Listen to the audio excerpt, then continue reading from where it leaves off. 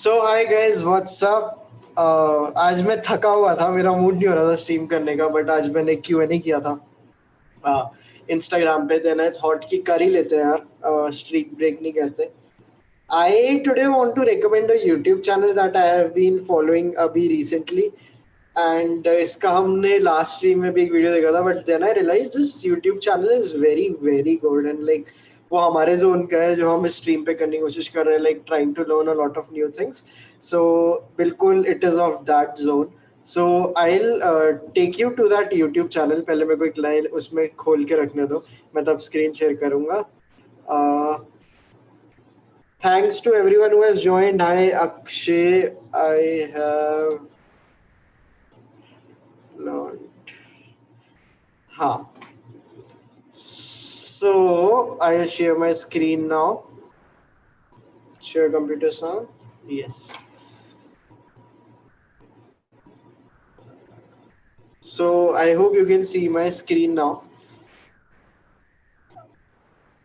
This is this channel that like we'll be talking about today. It's called What I Have Learned. इसका हमने कल एक video देखा था which I really liked, and आज हम इसका एक और वीडियो देखेंगे, The Anxiety of Uncertainty, which I really like. ये मैं थोड़ा सा चलाता हूँ, उसके बाद हम और इसके वीडियोस देखेंगे जो मैंने भी नहीं देखे। ये मैं आज दिन में देख रहा था, मैं लेटा हुआ था, मैं बहुत सैड सा फील कर रहा था आज, but then I watched it and I felt कि हाँ, लाइफ इतनी बुरी नहीं है, we can still do things. Concept बहुत सिंपल है, but like I love how he brings in science into these things, and इसलिए मेरे को बहुत ज्यादा पसंद आता है इसकी वीडियो। Let's watch it.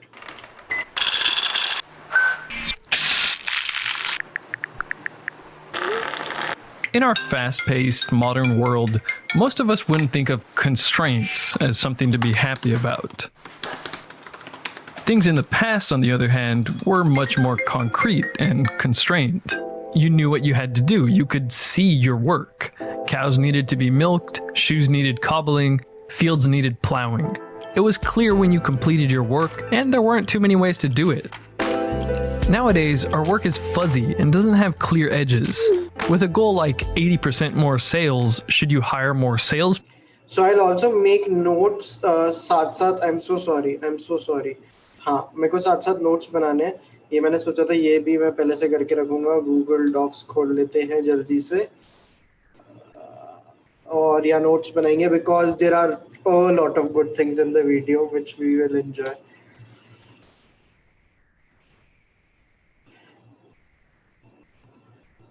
हाँ, चलो। With a goal like 80% more sales, should you hire more salespeople or improve the marketing strategy? Then which part of the marketing strategy should you work on first? Do you have the best designer and A/B testing strategy for your website? With an explosion of things that could be and should be done, comes a nagging sense of incompleteness. I'm betting it's rare for people to finish the day and feel like everything is complete. In this video, we'll look at the consequences of this and the 3 concepts that help form a solution. Surely, I can't be the only one who has this nagging feeling of uncertainty about my actions.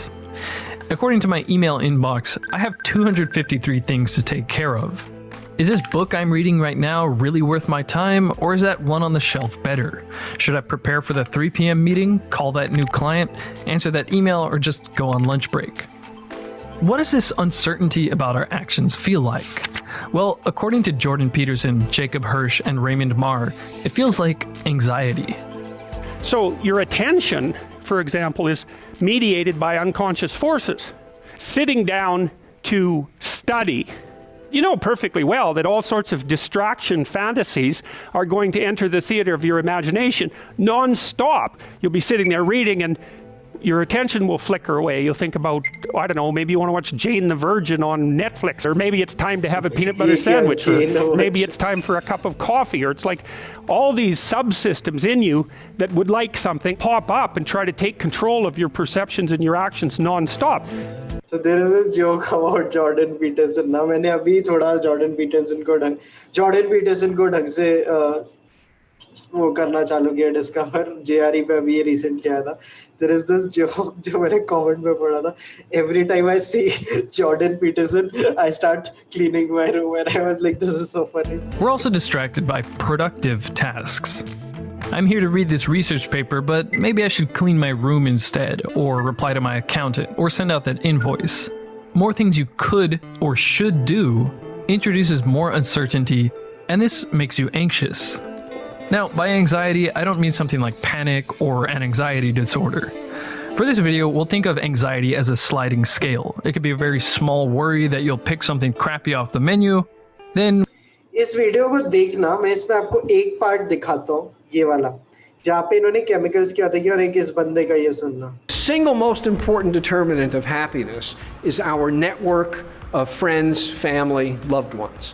Close relations don't liberate us. They limit us. They constrain us. The more connected you are to your town and to the people in the town, the more you're going to limit your own possibilities. If you are close to your family, you're going to look for a job within 100 miles of where your family lives. You're not going to look for a job anywhere on the planet.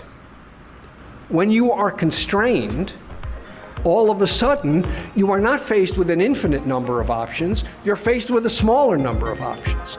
you can think of constraints as a choice made in advance. For example, with the popular trend, This is nice. You can और नहीं ये मैं मेरे WhatsApp group में डालूंगा after the end of the whole thing चल जा भाई बेइज्जती मत करवाया करो हाँ you can think of constraints as the choices made in advance, right? Something like that. शायद sorry मैं थोड़ा सा distracted था एक बार वापस देखने दो constraints as a You're faced with a made in advance. sorry You can think of constraints as a choice made in advance. For example, with the popular trend minimalism, the choice made in advance is, I won't buy something if it's unnecessary. This makes shopping a lot easier. Steve Jobs popularized the constraint of wearing the same outfit. He made one choice in advance and then had one less choice to make every day. The second concept in this solution is understanding satisfaction. In my last video, we talked about the biological point of the experience of satisfaction. For example, why should it feel good for us to hit the bullseye with an arrow or get satisfaction from a job well done? These actions don't necessarily help with our survival. Well, the idea that I proposed was that the pleasurable feeling of satisfaction acts as a biological signal that you completed something correctly. If you never got this feeling, how would you know when to stop doing something? In fact, this seems to be one of the problems with OCD. For people with OCD, something will propel them to feel really anxious and feel that they need to, for example, wash their hands. But washing their hands once doesn't give them satisfaction. They have to repeat the behavior over and over again until they're satisfied, until it feels right. In fact, the people with OCD know that their behavior is irrational, but it's like an itch. Just because you know in your head that you shouldn't scratch it doesn't make it any less itchy. The interesting thing about satisfaction अरे इसने बहुत ढंग से ना highlight किए हुए parts ऐसे मैं ढूंढ रहा था ना uncertainties anxiety how the brain makes decision why choices makes us unhappy ये वाले में tab on the sales. When shown 6 jams, having too much choice makes us feel worse. work.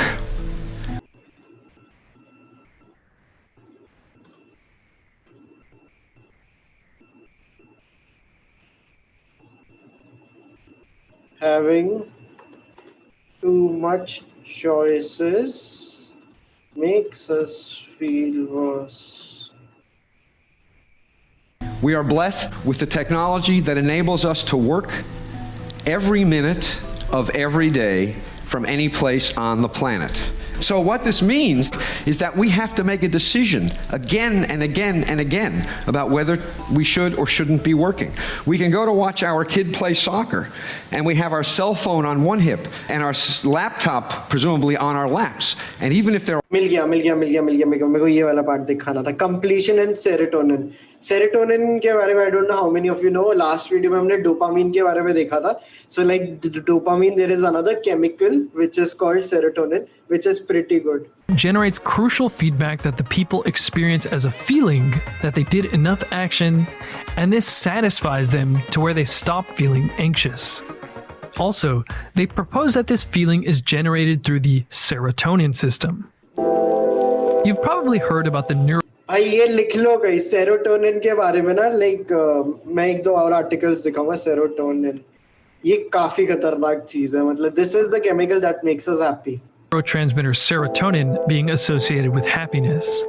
In a study looking at healthy people not taking medication, they found that people with higher serotonin synthesis in the brain reported higher levels of happiness. And you may already know that antidepressants ये भी ना ढंग से note बनाते हैं. हाँ, anti depressants में भी ना सेरोटोनिन ही होता है. The chemical that makes us happy, also found in antidepressants. Nitish Chaudhary saying, please upload this on your channel after the stream. I please CP now, we'll watch it tomorrow morning. Cool Nitish, sorry यार आज late चालू किया मैंने, but हाँ जो लोग हैं यहाँ पे एंटीडिप्रेसेंट्स में अच्छा हाई फाई नहीं आता. ठीक है. are supposed to raise serotonin levels. Woody and Setman say there is evidence that serotonin may act as a satiety-like terminator signal.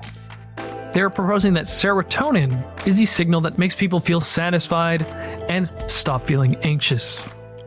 They say a serotonergic feedback signal is also consistent with an expected relief of anxiety effect. पता नहीं इसको मैं सेरोटोजेनिक feedback signal अपन simply इसको ऐसे लिखते हैं ना. It leads to अरे यार एक तो स्पेलिंग गलत लिखी है. हाँ, serotonin eases down anxiety.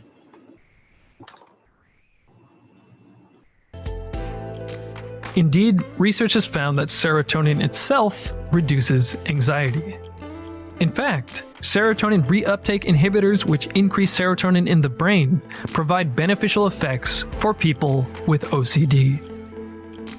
So, कोई कमेंट्स में है जिसको OCD है? आपके किसी OCD एक्सपीरियंस क्या बताओ. सफाई का OCD छोड़ के अगर आपको कोई OCD है तो.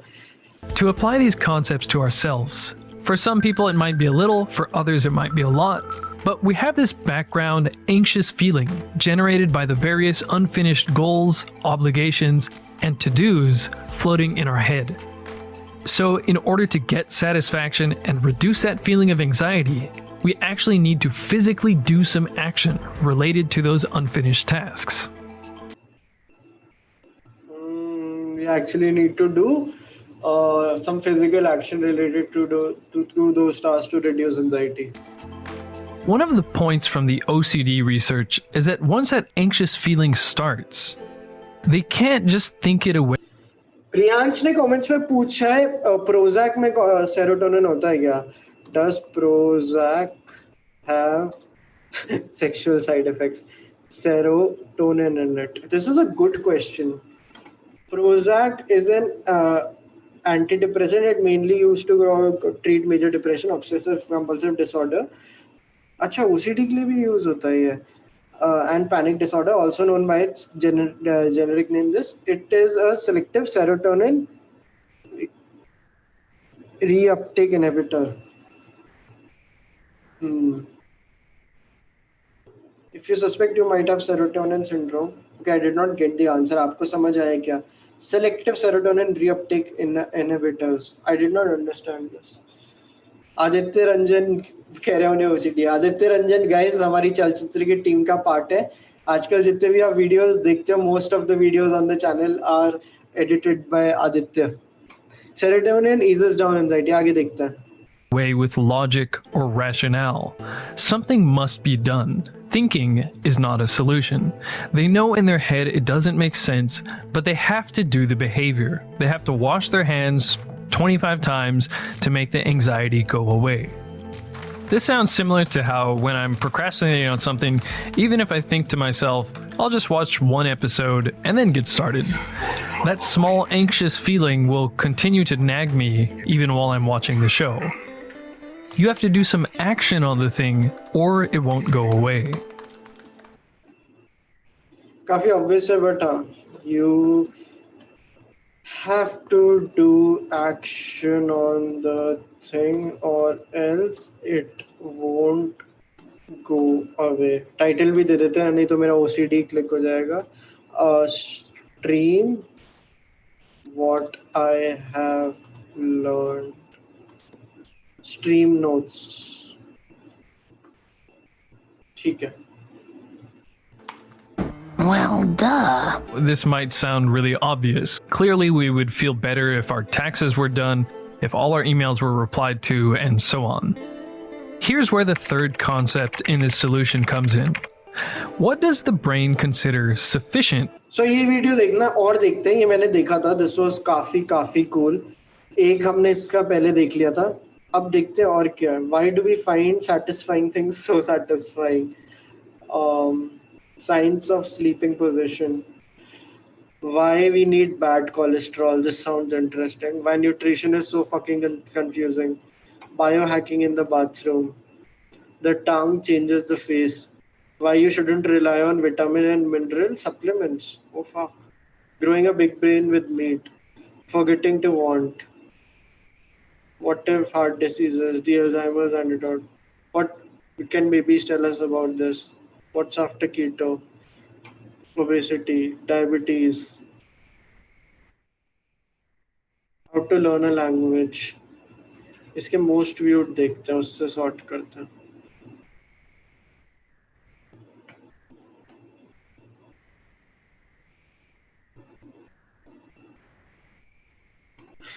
इसका most viewed है. Why is it so easy to be thin in Japan? Fuck, this is such a good observation.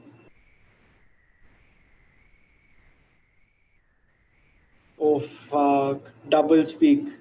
How to lie without lying. Let's watch this. This looks very interesting. Doublespeak is a word that comes from George Orwell's 1984 और thumbnail में Sopranos का वो है. So I think this should be good. I am so excited. In the winter of 1847, George Donner, the co-leader of a California-bound group of American settlers, engaged in intra-species protein reallocation in order to maintain metabolic integrity. However, his failure to fulfill caloric obligations in a timely manner rendered him unviable. This video is about doublespeak, what William Lutz, author of the book titled Doublespeak, defines as doublespeak is language designed to evade responsibility, make the unpleasant appear pleasant, the unattractive appear attractive. Basically, it's language designed to mislead while pretending not to. What line of work are you in? Waste management consultant. Sopranos. Let's say, for example, the person whose treacherous mountain climb my energy bar company sponsored cannibalized his climbing partner. It would be better for me to say something that technically communicates this information, but doesn't sound as terrible. Lutz says there are at least 4 kinds of doublespeak. Protein reallocation instead of cannibalism, and Tony Soprano's creative phrase to replace mobster would probably fall under the 4th kind of doublespeak, which is inflated language that is designed to make the simple seem complex or to give an air of importance to people, things, or situations. I don't know if that tape is working. You ate 3 desserts tonight. For parents, it's a watchword. That triumvirate of Twinkies merely overwhelmed my resolve. The concept of doublespeak stems from George Orwell's Like 1984. I said. In the book, doublethink is a key concept. To know and not to know, to be conscious of complete truthfulness while telling carefully constructed lies. Doublespeak, though, is rarely about deliberately lying. For example, in January 2015, Sid Miller became the agriculture commissioner of the state with the 5th fattest high schoolers in the country, Texas. So that same year, along with announcing a plan to combat obesity, he announced updates to the school nutrition policy in Texas, which included rolling back a ban on the use of deep fryers and allowing the sale of low-calorie beverages in Texas schools. By low-calorie beverages, he means sodas. I guess a soda is technically lower calorie than, say, a meal, but I doubt Coca-Cola is what you're expecting if you ask for a low-calorie beverage at a restaurant. Why do you have so many bowling balls? I'm not gonna lie to you, Marge. So long. So, doublespeak becomes useful obviously when you are obligated to communicate something, but are unable to straight up lie. Yet, communicating the truth bluntly or as clear as possible doesn't have the listener perceive the information in a way that you would like. For example, when being asked about your current position during a job interview, you might think it would sound better to say, "I'm currently economically inactive due to being offered an early retirement opportunity as a result of my previous employer's human resource redundancy elimination initiative." Instead of, "I'm unemployed because the company was firing people and I got fired." Edward Sapir, in his essay The Status of Linguistics as a Science, says, "Language is a guide to social reality.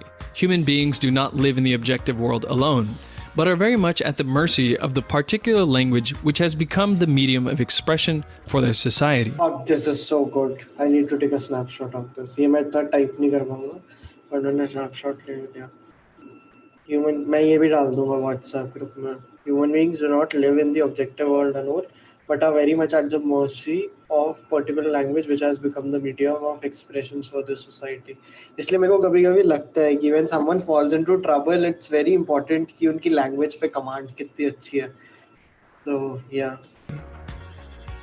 A lot of times we don't want information communicated to us objectively and unembellished. Euphemisms like passed away instead of died or big boned for fat are words or phrases that are usually used to avoid a distasteful reality. William Lutz says that this is the first type of doublespeak. You see, I don't like euphemisms. I don't like language that reflects fear and conceals the truth. Americans can't really handle the truth, so they invent soft language to protect themselves. And it gets worse with every generation. Sometime during my lifetime, toilet paper became bathroom tissue. Used cars became previously owned transportation, and constipation became occasional irregularity. Poor people used to live in slums. Now, the economically disadvantaged occupy substandard housing in the inner cities. They don't have a negative cash flow position. They're broke. Calling an economic recession a period of accelerated negative growth can be annoying, but certain forms of doublespeak are just deceitful. In Chapter 2, under the section The Doublespeak of Graphs, Lutz gives a dated but clear visual example of doublespeak. Now here is another. Such a fucking good video, dude. Impressed. Highly impressed. The chart, their tax cut, so-called, is the dotted line. Ours is the solid line. As you can see, our tax cut keeps on going down and then stays down permanently. This red space between the two lines is the tax money that will remain in your pockets if our bill passes. Lutz goes on to point out that there are no numbers on this chart, which means that you have no perspective to evaluate it with. When you make the dollar scale from $0 to $2,500 rather than the awkward $2,150 to $2,400, it appears much less impressive. This kind of graphical doublespeak also appears elsewhere, used by the pharmaceutical industry for the heart-protecting, cholesterol-lowering wonder drug, statins. So here's the ad in which you see that Lipitor reduced the coronary events and risk for heart disease by 36%. So this was a really important study, the one that ultimately drove Lipitor to generate over $100 billion in revenue. So I'm going to show you the actual data from the study, and it's right here. But here are the actual data from this study. And somewhere in here is a 36% risk reduction when you compare placebo with atorvastatin, the Lipitor. So if you look at survival, you see they're basically identical. No difference in mortality. So I hope you guys know what placebo means. If you don't, I'll tell. Placebo is just the idea and the false idea that like अगर आप किसी को 2 pills offer करो और उसको बोल तो ये खा इससे तो ठीक हो जाएगा, and even if that pill doesn't have any chemicals in it और उसमें कोई भी ऐसे salt नहीं है, आप तब भी सही हो जाओगे क्योंकि the way it is presented to you. So it is called the placebo effect. तो इसमें वही दिखाया है.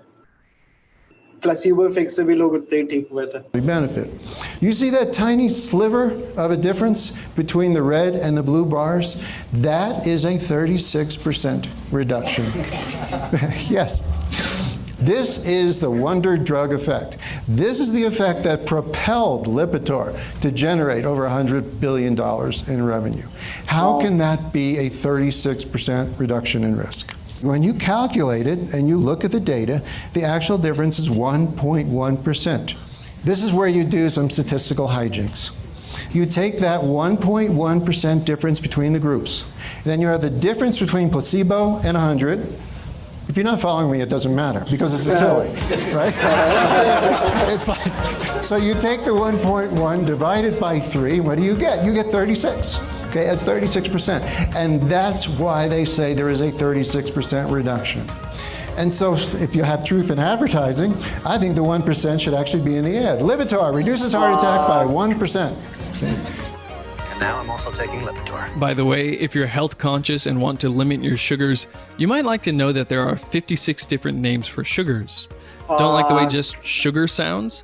How about organic evaporated cane juice? A completely natural sweetener. This kind of rebranding of words to make people react differently to them is all over the place. Frank Luntz doesn't do issues. He does language around issues. He figures out what words will best sell an issue. In Frank Luntz's book, Words That Work, he explains the importance of using the right word or phrase to evoke the right response from the listener. He says it's not what you say, it's what they hear. Focus on those words that cause people to change their minds, change their behavior, even change their attitudes. For example, the gambling industry became the gaming industry and completely changed its perception, despite nothing about the industry actually changing. As Luntz says in the book, gambling looks like what an old man with a crumpled racing form does at the track, or feels like the services provided by some seedy back alley bookie in some smoke-filled room. Gaming is what families do together at the Hollywood-themed MGM Grand New York, New York, or one of the other family-friendly resorts in Las Vegas. Gambling is a vice. Gaming is a choice. He begins his work with something similar to a focus group. He talks to members of the target market and runs words or phrases by them to see what they like and dislike. You're going to use these to register whether you agree or disagree, whether you believe or disbelieve. The dials go from 0 to 100. Tripping on cinema ने एक बहुत अच्छा comment किया. Doublespeak is an outdated word. Now we call it marketing. Climbing, changing fuels.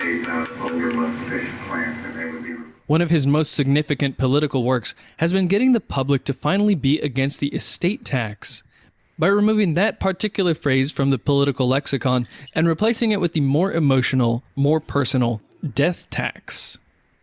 In his book, originally published in January 2007, Lutz says a clear but somewhat narrow majority of Americans today support eliminating the so-called estate tax, but more than 70% would abolish the death tax. It's the same tax, but nobody really knows what an estate is. But they certainly know what it means to be taxed when you die. I'd like somebody to get rid of the death tax. That's what I want. I don't want to get taxed just because I died. Yeah. You know, I just don't... Who's hungry? One food rebranding effort was so successful that by 2002, the National Environmental Trust started a campaign to save a previously ignored fish species from being eaten into extinction. In 1977, fish wholesaler Lee Lance took Patagonian toothfish and renamed it Chilean sea bass, I believe. because he knew no one would have toothfish for dinner. So when people come to associate certain ideas with certain words, it's useful to come up with new words that evoke a more pleasant reaction. For example, a hospital may think that you wouldn't react well to hearing that a catastrophic blunder killed your wife and child during a cesarean delivery. So it's better to describe the anesthesiologist having turned the wrong knob and giving the mother a fatal dose of nitrous oxide as a therapeutic misadventure. At least St. Mary's Hospital in Minneapolis in 1982 thought this wording would be better. 3 weeks ago in Los Angeles, the surgeons killed the patient This is so fucked up. in a series of incidents that the pathologist called incredible stupidity and incompetence. It included slitting the patient's throat during surgery. This was called a therapeutic misadventure. William Lutz says the second kind of doublespeak is jargon, the specialized language of a trade or profession. It is useful and necessary to know jargon to communicate within your field, but whether it is doublespeak or not depends on where you use it. For example, describing your computer keyboard key to your friend as a catastrophically buckling compression column switch and actuator is unnecessary, but is an appropriate descriptor to use in a patent. After giving President Reagan a routine physical examination, Dr. Daniel Rouge said that previously documented decrement in auditory acuity and visual refractive error corrected with contact lenses were evaluated and found to be stable. What? That sounds a lot more impressive than saying the president's hearing and eyesight haven't changed since his last exam.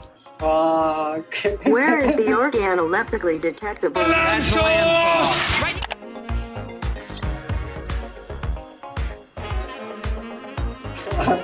And finally, William Lutz says the third type of doublespeak is gobbledygook, or bureaucratese. Basically, such doublespeak is a matter of piling on words, of overwhelming the audience with words.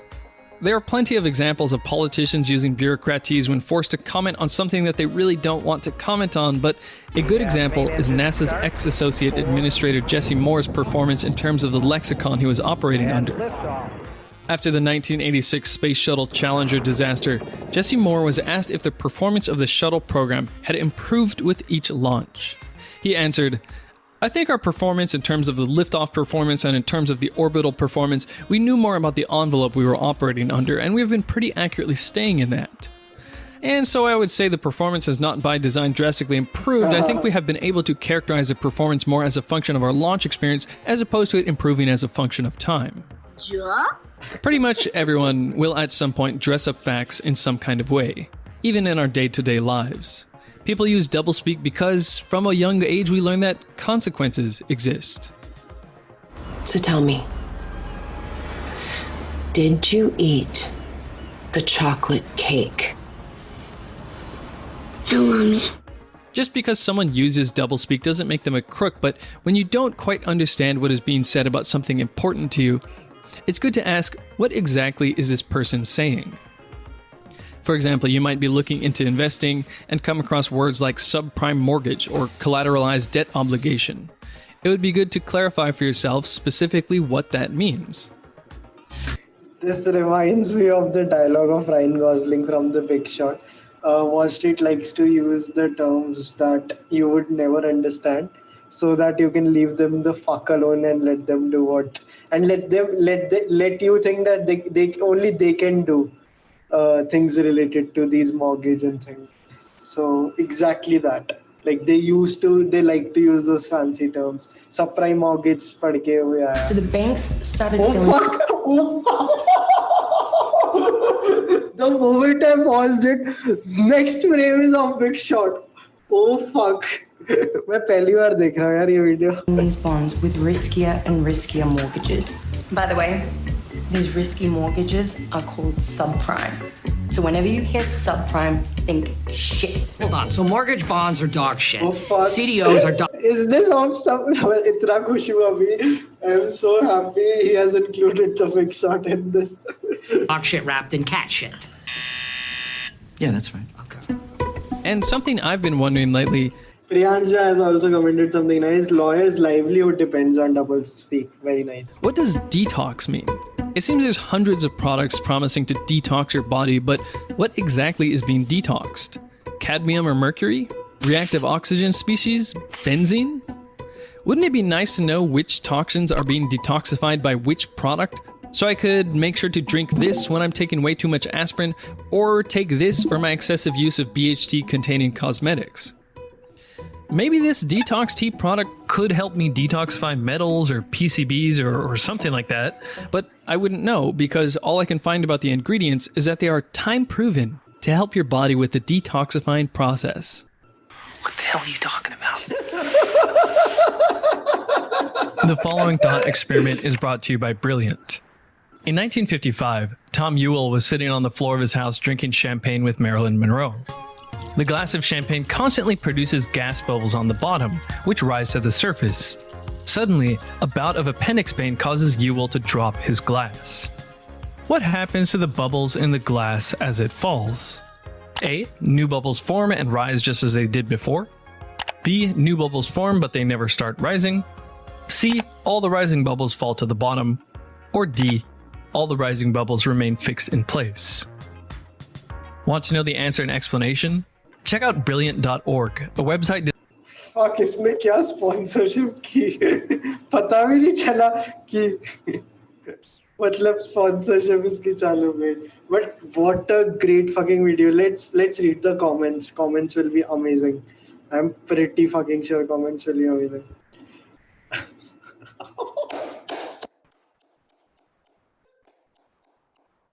I did not kill him. I just adjusted his lifestyle to my advantage.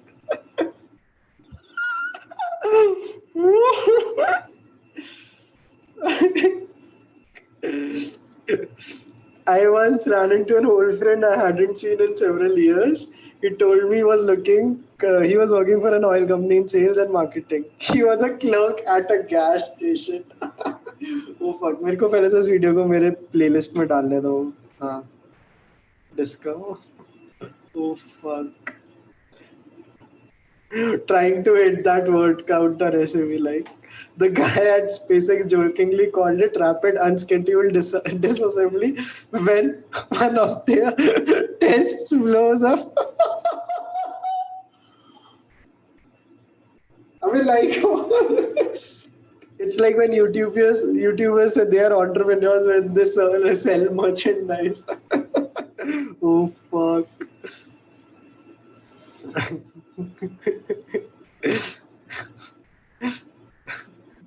The best liars never lie. Once upon a time. Me, what's your job?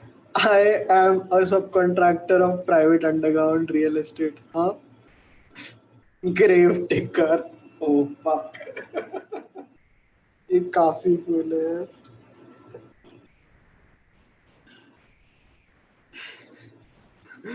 So you're a burglar? No, I am an asset relocation specialist. These are great, dude. Why is my microphone not working? High impedance here gaya. Also, it is not plugged in.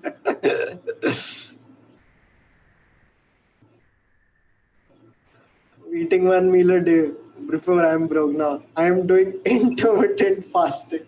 This is also nice. This is amazing. Best तो मेरे को top वाला लगा था. I did not kill him. I just adjusted his lifespan according to my doublespeak. Sorry guys, it's just too funny. पहले video का क्या नाम था? इसको भी टाइटल दे देते हैं ना. Fuck, पहले वीडियो का क्या नाम था? सेरोटोनिन वाला था ना. हाँ, सेरोटोनिन and anxiety. अरे वापस स्पेलिंग है लिख लिखते. ये तो बहुत ही कूल था. एक लास्ट दिखेगा. चलो अगला देखते हैं. Oh, by the way, guys, we crossed 500 subscribers on this channel. तो किसी ने नहीं किया तो कर लो गाइस. बहुत ही खुश हूँ मैं because it's a big deal for like मतलब चलचित्र पे अभी परसों हमारे 20,000 सब्सक्राइबर हो गए. इस चैनल पे भी 500 सब्सक्राइबर हो गए. तो इट्स गुड यार. चलो आगे बढ़ते हैं. अभी तक किसी ने नहीं किया कर तो आप भी कर लो subscribe. Sorry I am still laughing at that. I just जिसने अपना स्ट्रीम नहीं देखा होगा और वो अगर सिर्फ ये नोट्स देखेगा. I did not kill him. I just adjusted his lifespan to my advantage.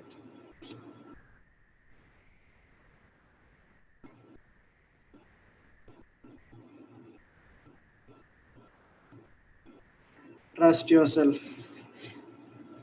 Why meditate? Change your brain's default mode. ये मैं देखूंगा आराम से. अभी या बटक ऑफ हुआ है। ये लास्ट वीडियो जो देखेंगे, थोड़ा कुछ फनी सा देखना मेरे को इस टाइप का। ये जापान से क्यों ऑब्सेस्ड है ये बंदा?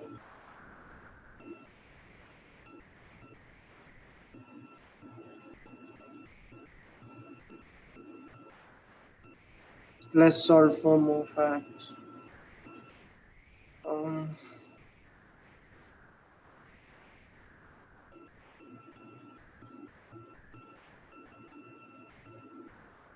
कुछ दिख रहा है तो बताओ क्या चलाऊं?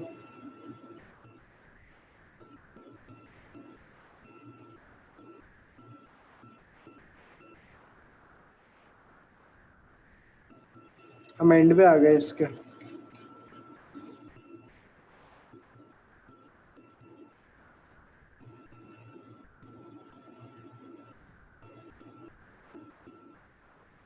आई थिंक बाकी आप खुद डिस्कवर करो। मेरे को तो आई थिंक मिल गया जो देखना था। बाकी थोड़े हैवी हैं और मैं अभी थक रहा हूँ, मेरे को कुछ फन सा देखना था।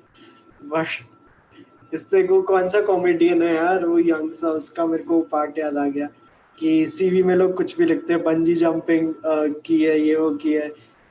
एक बंदे से कुछ पूछा था, उसने बहुत कॉम्प्लिकेटेड सा कुछ लिखा, उसकी ट्रांसलेशन थी कि व्हाट्सएप ग्रुप का एडमिन था, ग्रुप का नाम था लॉन्डे लपाट। It's a very good bit. तो like double speak reminded me of that. Priyansh Singh free will वाला लगाओ। नहीं यार, अब सोते हैं, मिला नहीं कुछ, but like this is a fucking great channel. It's called what have I learned. You should definitely check it out and thank you for joining guys. आज लेट किया बट थोड़ा भी स्लीप साइकिल वगैरह होएगा, ठीक होएगा। चलो गाइस, मैं चलता हूँ और this was a lot of fun.